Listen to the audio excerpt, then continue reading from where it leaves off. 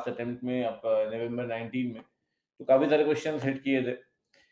तो अभी क्या है, देखो मैंने खुद इसे 2 पार्ट में ब्रेक किया, मैं आपको बता देता हूँ।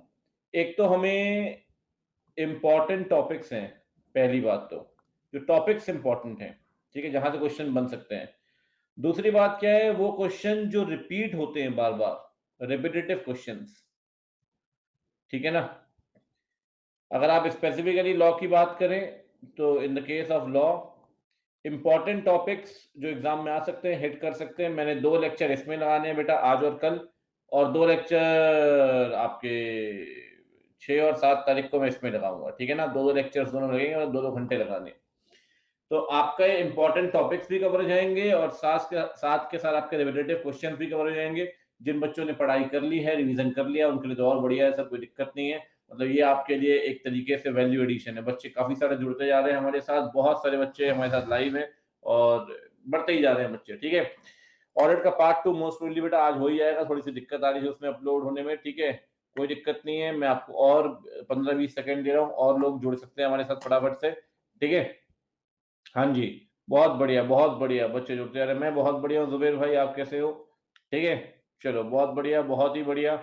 मतलब ये बच्चों को लग रहा है कि आज सर पेपर लीक कर रहे हैं, आज तो सर के साथ जुड़ना ही पड़ेगा, आज तो सर के साथ जाना ही पड़ेगा। 156 आ चुके हैं, कोई दिक्कत नहीं है, ठीक है, और जुड़ेंगे भी, देखते जाओ, अभी घमासान होने वाला है, ठीक है। चलो बहुत बढ़िया, बहुत शानदार। ब्रांड कहाँ बेटा, आपकी बस दुआओं का असर है, ठीक है, आपकी दुआएं हैं तो कोई दिक्कत नहीं है, बाकी सब तो चलता रहेगा। चलिए बहुत बढ़िया, तो आगे बढ़ते हैं बेटा, स्टार्ट करते हैं।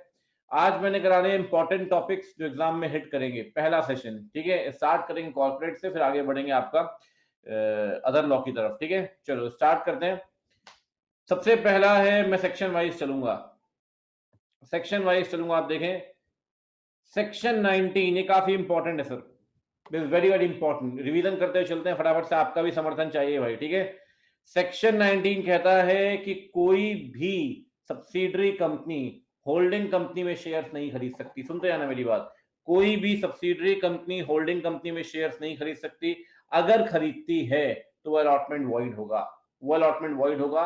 ना सब्सिडरी डायरेक्टली ना इनडायरेक्टली शेयर्स परचेज नहीं कर सकती होल्डिंग कंपनी में, अगर करती तो अलॉटमेंट क्या होगा, वॉइड। इसीलिए ध्यान रखना, अलॉटमेंट नहीं हो सकता, ना आप शेयर्स खरीद सकते हैं। लेकिन 3 केसेस बताओ फटाफट से, 3 केसेस में आप शेयर खरीद सकते हैं, 3 केसेस में सब्सिडरी शेयर खरीद सकती है। पहला केस क्या है, अगर सब्सिडरी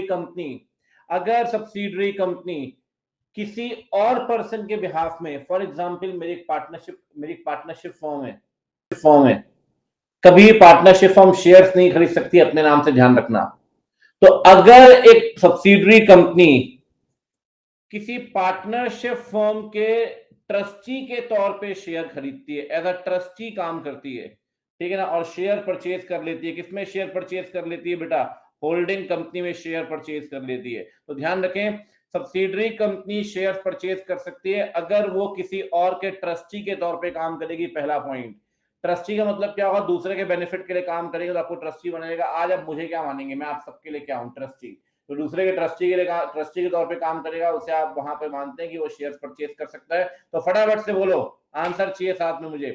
सब्सिडरी कंपनी शेयर्स कब परचेज कर सकती है होल्डिंग के, जब वो काम करेगी एज अ ट्रस्टी, जब वो काम करेगी एज अ ट्रस्टी। इतना क्लियर है।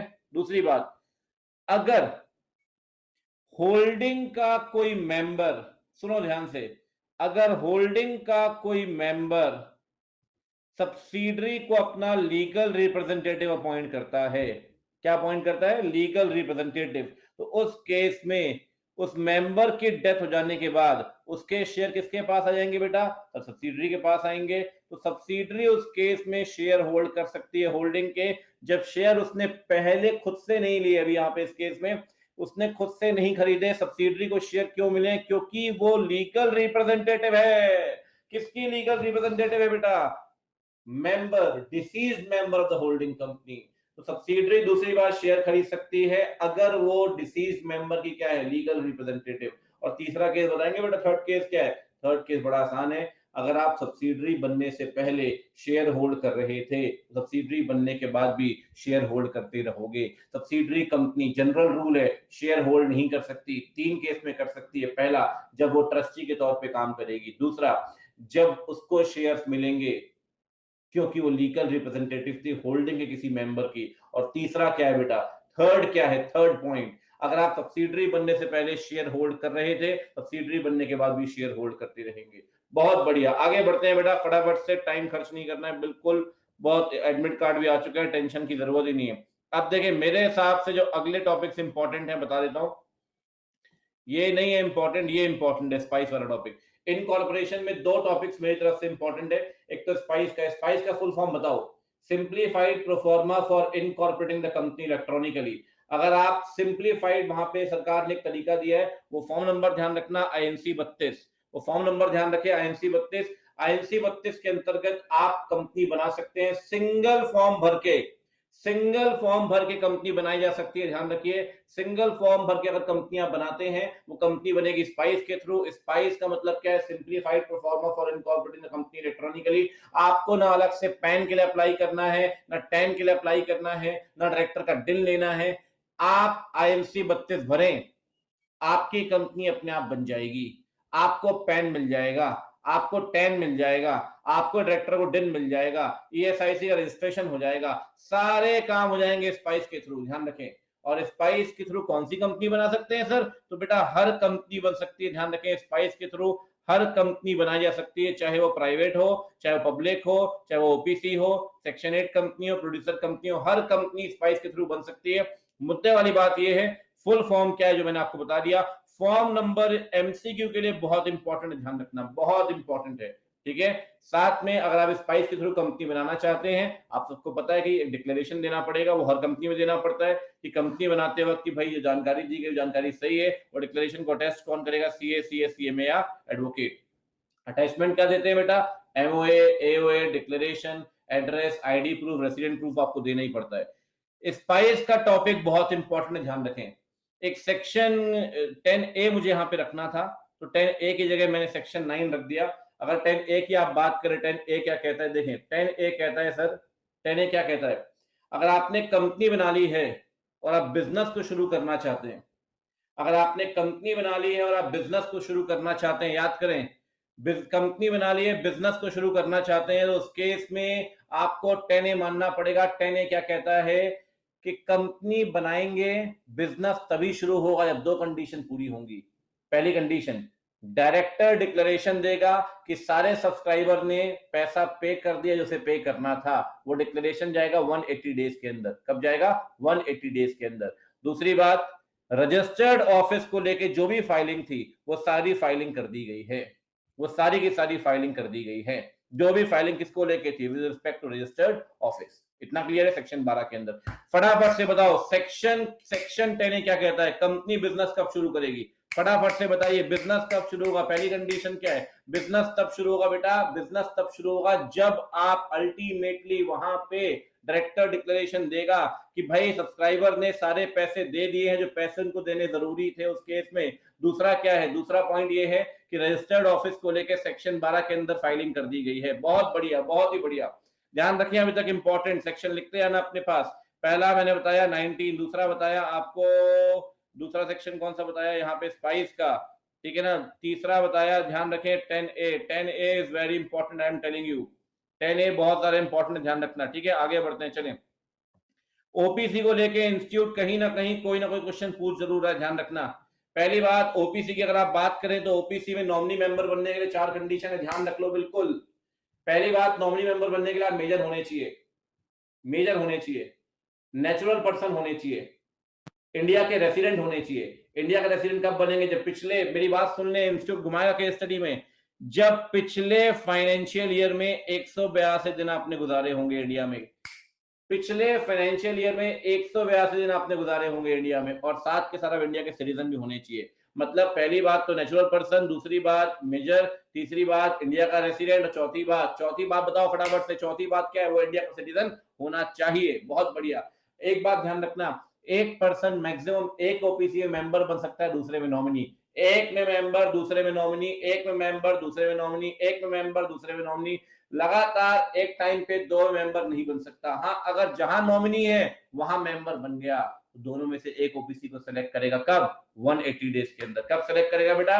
180 डेज के अंदर। बहुत ही बढ़िया, बहुत ही बढ़िया। तो फटाफट से भी चारों कंडीशन चाहिए। चारों कंडीशन कौन कौन सी है? चारों कंडीशन कहती है, पहली कंडीशन क्या है? Natural person. दूसरा क्या है? मेजर। तीसरा क्या है? रेसिडेंट। और फोर्थ क्या है? Citizen of India. इतना क्लियर है? चलो ये ध्यान रखना ओबीसी की कुछ मिसलेनियस बातें। पहली बात, ओपीसी को ना तो आप नॉन प्रॉफिट कंपनी के तौर पे बना सकते हैं, ना ही कन्वर्ट कर सकते हैं। OPC non banking financial activities carry नहीं कर सकती। ओपीसी किसी बॉडी कॉर्पोरेट की सिक्योरिटीज परचेज नहीं कर सकती, बैन है। ओपीसी की मैक्सिमम लिमिट कैपिटल की 50 लाख, टर्नओवर की 2 करोड़। कोई भी ओपीसी कन्वर्ट करनी है बेटा, इनकॉर्पोरेशन के 2 साल के बाद ही होगी, उससे पहले कन्वर्ट नहीं हो सकती। लेकिन अगर 2 साल से पहले आपकी कैपिटल या आपका टर्नओवर लिमिट से एक्सीड कर जाए तो 2 साल वाली कंडीशन पूरी होने की जरूरत नहीं है। मतलब अगर आपकी आपकी कैपिटल या आपका टर्नओवर लिमिट से एक्सीड कर गया, 4 महीने के बाद ही तो कन्वर्ट कर सकते हो। अदरवाइज अगर वॉलेंटरी कन्वर्जन करना है बेटा, वॉलेंटरी कन्वर्जन करना है तो ध्यान रखिए। आप क्या ध्यान रखेंगे? वॉलेंटरी कन्वर्जन के केस में 2 साल कंप्लीट करने, 2 साल वाली कंडीशन जरूरी कब नहीं है? जब आपकी कैपिटल टर्नओवर लिमिट से एक्सीड करेगा तब। बहुत बढ़िया, आगे बढ़ते हैं सर। अगला ये ध्यान रखो बेटा, कंपनी विद चैरिटेबल ऑब्जेक्ट वाला पॉइंट। फटाफट से बताओ, अगर आपको चैरिटेबल ऑब्जेक्ट वाली कंपनी बनानी है, 3 कंडीशन पूरी होनी चाहिए। पहली कंडीशन क्या है? उसका ऑब्जेक्ट क्या होगा? याद करो, ऑब्जेक्ट क्या होगा? ऑब्जेक्ट होगा टू प्रमोट, 11-12 की स्ट्रीम याद कर लो, to promote art, science, commerce, technology, environment, ऐसा कुछ भी। दूसरा, सारा पैसा जो इनकम है या अदर कुछ भी प्रॉफिट है वो ऑब्जेक्ट के यूटिलाइजेशन में ही लगेगा। अगर दिल्ली क्रिकेट क्लब है तो बेटा हर एक पैसा जो आएगा वो क्रिकेट के प्रमोशन में ही लगेगा। और तीसरी बात ध्यान रखें, नॉन प्रॉफिट कंपनी में डिविडेंड नहीं बढ़ सकता, प्रोहिबिशन है सर, बैन है। नॉन प्रॉफिट कंपनी में डिविडेंड नहीं बढ़ सकता, ध्यान रखें। अगर आप बनाना चाहते हैं कौन सी कंपनी, कोई दिक्कत नहीं है बेटा, नॉन प्रॉफिट कंपनी बनानी है, पहले तीनों कंडीशन पूरी कर लो। बिना लाइसेंस के कंपनी बनेगी नहीं।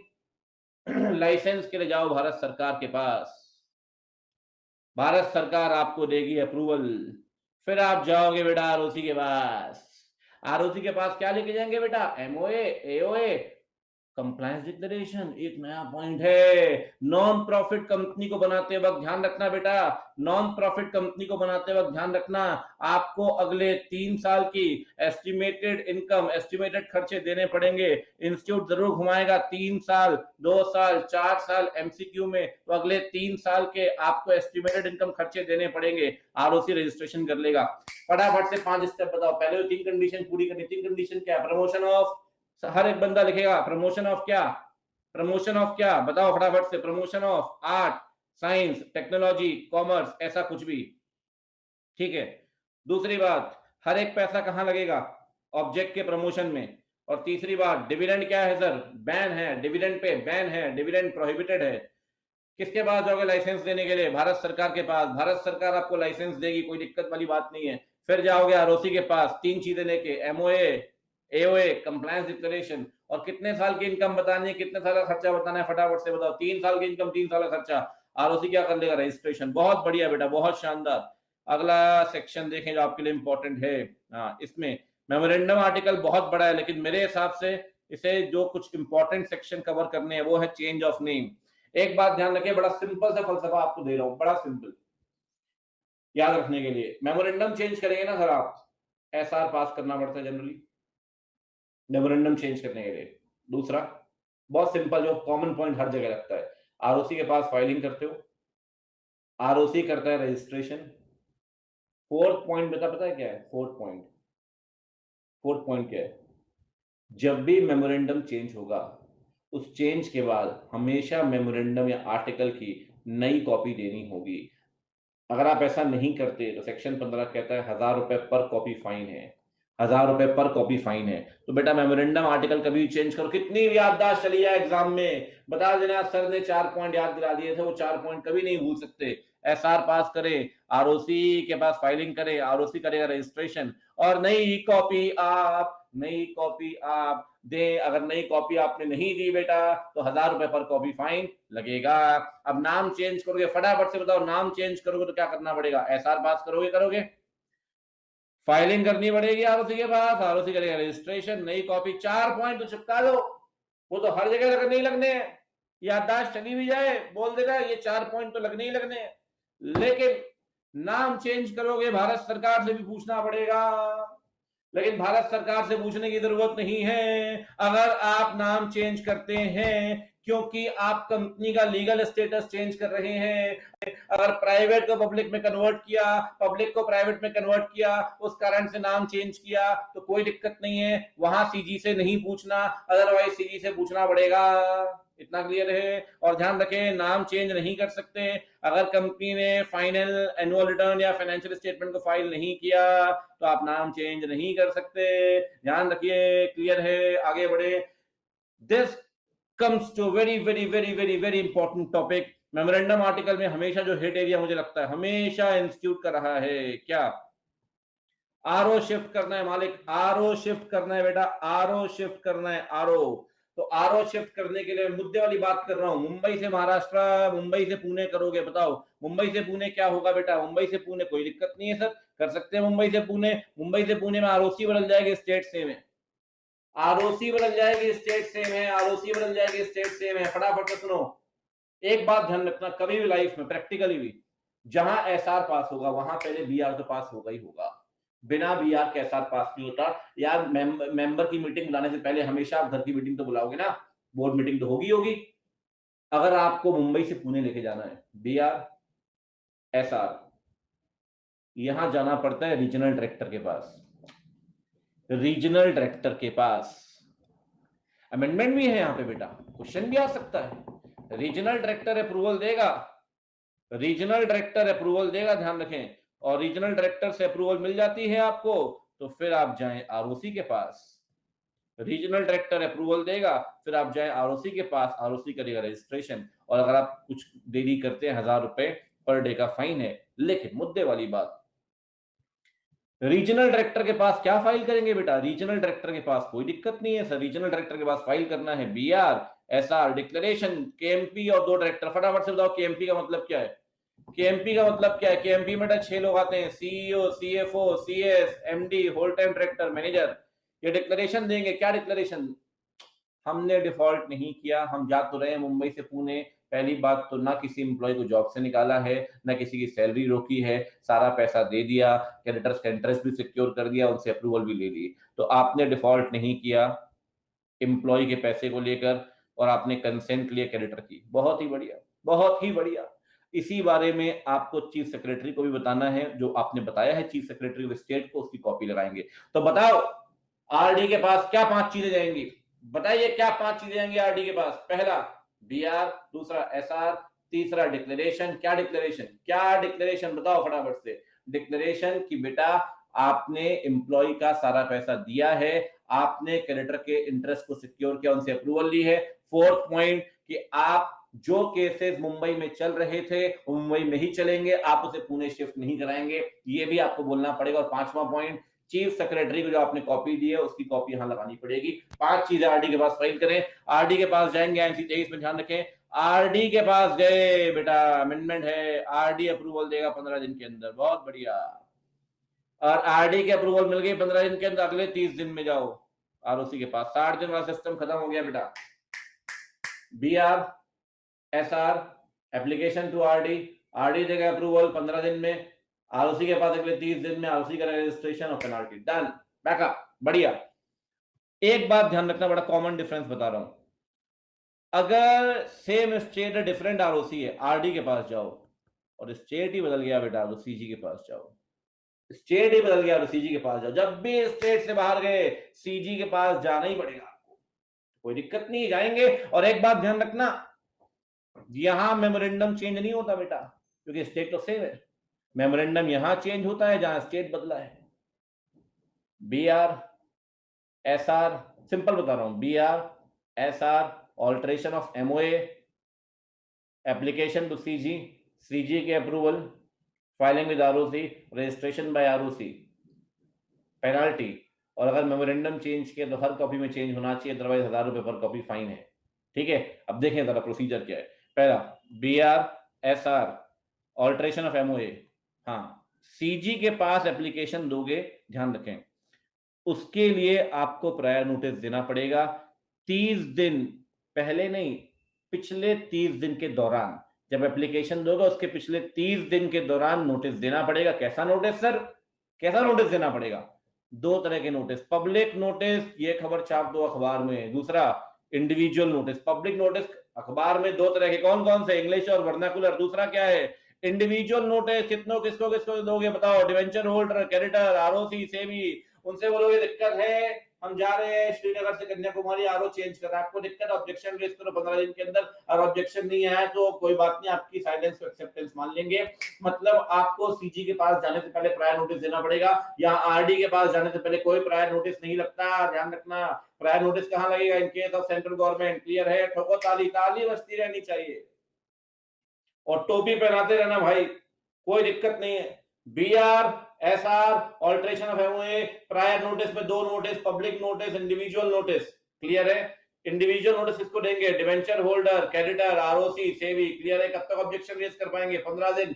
15 दिन के अंदर ऑब्जेक्शन नहीं आया, एक्सेप्टेंस मान लेंगे। उस केस में सीजी के पास जाओ, सीजी आपको अप्रूवल देगी। अप्रूवल मिल जाती है सीजी की तो कोई दिक्कत नहीं है। अप्रूवल लेके आप जाएं किसके पास? आरओसी के पास। कैसे जाएंगे सर? ये दिया है बेटा, आरओसी के पास कैसे जाएंगे? आरओसी के पास ये जाओगे आप, आरओसी करेगा रजिस्ट्रेशन। अगर देरी करोगे तो 1000 रुपए की पेनाल्टी लगेगी, और अगर मेमोरेंडम यहाँ पे चेंज किया तो हर कॉपी में चेंज होना चाहिए, अदरवाइज 1000 रुपए की पेनाल्टी लगेगी। बताओ फटाफट से, सीजी के पास कब जाएंगे? किस केस में जाना पड़ेगा? आरओ चेंज करेंगे तो कब जाएंगे सीजी के पास? फटाफट से बताओ, सीजी के पास कब जाओगे आप? फटाफट से बताओ। Different state, different state, different state, different state. फटाफट से लिखो, पाप लगेगा बेटा, जल्दी लिखो। Different state. और आरडी के पास कब जाएंगे? आरडी के पास। रीजनल डायरेक्टर के पास कब जाओगे? रीजनल डायरेक्टर के पास कब जाओगे? Different ROC same state, different ROC same state, है ना? बिल्कुल बिल्कुल बिल्कुल बिल्कुल, बहुत बढ़िया बहुत बढ़िया। इसमें मेमोरेंडम में तीसरा ध्यान रखना, चेंज इन ऑब्जेक्ट क्लॉज, याददाश्त चली भी जाए तो बता देना, सर ने बताया था कि एसआर पास कर दो और मेमोरेंडम चेंज कर दो और आरओसी के पास फाइलिंग कर दो, आरओसी रजिस्ट्रेशन करेगा। ये पॉइंट तो लगेंगे ही लगेंगे। साथ में अगर ऑब्जेक्ट चेंज करते हो जिसके कारण नाम भी चेंज करते हैं आप, हो सकता है ऑब्जेक्ट चेंज कर दिया, आप नाम भी चेंज करते हो, तो सीजी से पूछना पड़ेगा। नाम चेंज करेंगे तो सीजी से पूछना पड़ेगा। तो वैसे तो एसआर पास करना है, लेकिन अगर आपने आपने अगर नाम चेंज किया है तो फिर अप्रूवल सीजी भी लेनी पड़ेगी। आरओसी के पास फाइलिंग करोगे, आरओसी करेगा रजिस्ट्रेशन, और चेंज को हर कॉपी में नोट करना, 1000 रुपए की पेनाल्टी लगेगी। ये पॉइंट ध्यान रखना, यहां से केस स्टडी बन सकती है, यहां से केस स्टडी बन सकती है। ध्यान रखें, यहां से केस स्टडी बन सकती है। क्या? पब्लिक इशू से पैसा रेज किया 1000 करोड़ रुपए, ये बोलकर कि भाई हम तो बनाएंगे कंप्यूटर्स, ठीक है, 100 करोड़ रुपए बच गए। आपने कहा 100 करोड़ से हम लगाते हैं आलू भुजिया बनाने का प्लांट। अरे पब्लिक ने पैसे दिए कंप्यूटर बनाने के लिए, 100 करोड़ से आलू भुजिया बना सकते हैं क्या? सर पहले तो प्रोस्पेक्टस में चेंज करना पड़ेगा, मेमोरेंडम में ऑब्जेक्ट चेंज करना पड़ेगा, लिखना पड़ेगा to manufacture computer system and aloo bhujia, वो एसआर के पास हो ही होगा। लेकिन अभी ये पब्लिक से पैसा लेकर आए, ये बोल के सिस्टम बनाओगे, अब आलू भुजिया बनाएंगे, डुअल एसआर पास होगा। एक एसआर मेमोरेंडम चेंज करने के लिए, एक एसआर बचा हुआ पैसा नए ऑब्जेक्ट की तरफ खर्च करने के लिए, दूसरा एसआर पास होगा बेटा। और जो लोग आप सेटिस्फाइड है, उनको लगता है भाई नहीं नहीं आप आलू भुजिया नहीं बना पाओगे, नहीं बेच पाओगे, से भी कहते हैं उनको एग्जिट रूट दो, उनका पैसा तुरंत वापस करो। ऐसा करने के लिए आपको न्यूज़पेपर में एडवर्टाइजमेंट देना पड़ेगा कि भाई हम 1000 करोड़ लाए थे, 900 करोड़ से हमने प्लांट लगा दिया सिस्टम का, 100 करोड़ बच गए, आलू भुजिया बनाएंगे, आप बताइए। आप बताएं नोटिस के अंदर, पब्लिक नोटिस में, और ये बात वेबसाइट के अंदर भी बताएं। तो अगर पब्लिक इशू से पैसा लाए और पैसा बच गया, अनयूटिलाइज मनी, उसे अगर नए ऑब्जेक्ट में खर्च करना है बेटा, एसआर तो पास करना ही पड़ेगा, पब्लिक नोटिस देना पड़ेगा, वेबसाइट में पोस्ट करना पड़ेगा, एग्जिट रूट देंगे डिसेंटिंग शेयर होल्डर्स को। ध्यान रखना, मैं फिर एक बार आपसे बोल रहा हूं, एक बात, ये डुअल एसआर पास होगा। मेमोरेंडम में तो लिखोगे ना to manufacture system and aloo भुजिया, तो वो एसआर तो पास होगा ही होगा। इसके लिए दोबारा एसआर पास होगा, डुअल डुअल एसआर पास होंगे, 2 एसआर पास होंगे, ध्यान रखना। क्लियर है? चलिए बहुत बढ़िया, बहुत ही बढ़िया।